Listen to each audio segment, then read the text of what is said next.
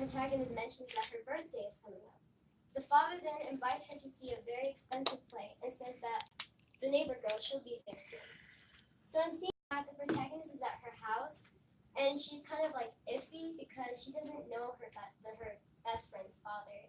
And so she tells her parents, but while she's talking to her parents in the background, you can hear how they're mentioning things about how sex trafficking is increasing around the area and different statistics, but that kind of fades away and you just have a conversation between the mother and the girl.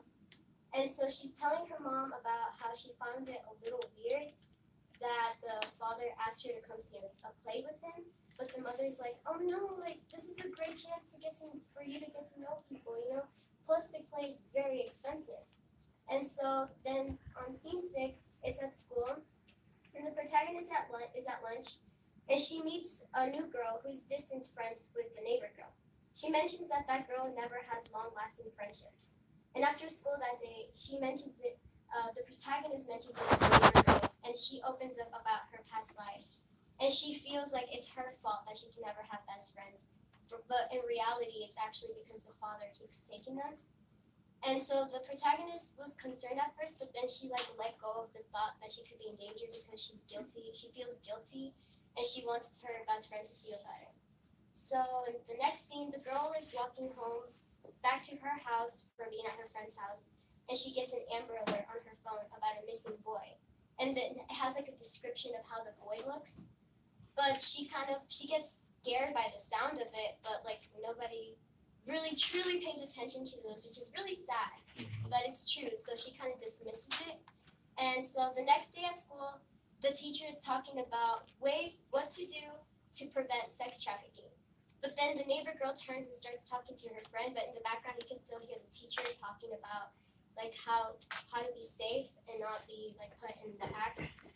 The neighbor girl is talking to the girl about the play and how she's very excited for them to both go. The next scene, it shows the neighbor girl, she's eating dinner, but she gets sick. And it's because the dad had a plan and he put something in her food for her to get sick so she doesn't tag along.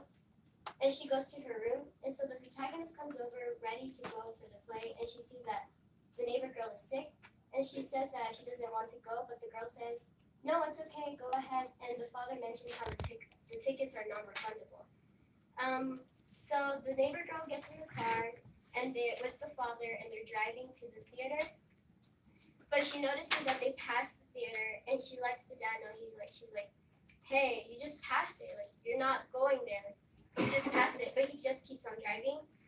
And then so it cuts to the parents, and they're worried because the protagonist still hasn't gotten home. And they send her a text message like, hey, where are you?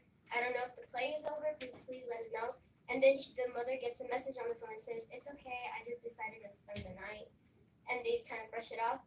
And now it cuts to the girl, the protagonist, and she's in the back of the car, like she's tied up. And she's right next to the boy that was described in the Amber Alert. And the reason that the people don't notice that the dad keeps abducting them is because he's so rich that he has power over like the police systems and stuff. And it's just to show how sex trafficking can be anybody that you think you know, but you actually don't know them. And because power is so corrupt these days that, like, it could literally happen. And it's just so sad. So we want to bring awareness to that. And that's how I do that. And so, do you have a name? What did you say the name was? Appearances. Okay. Thank you. Okay, so we got 4 good prospects for our video. And now we're going to have to vote. Yes. That's going to be hard. I don't want to be in y'all shoes. There we go. See, they got 2 great works on your name. You hear you put inside there.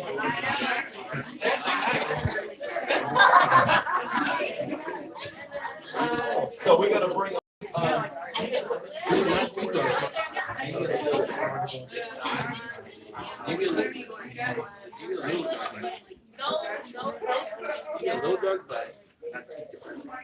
So we're going to have to do a general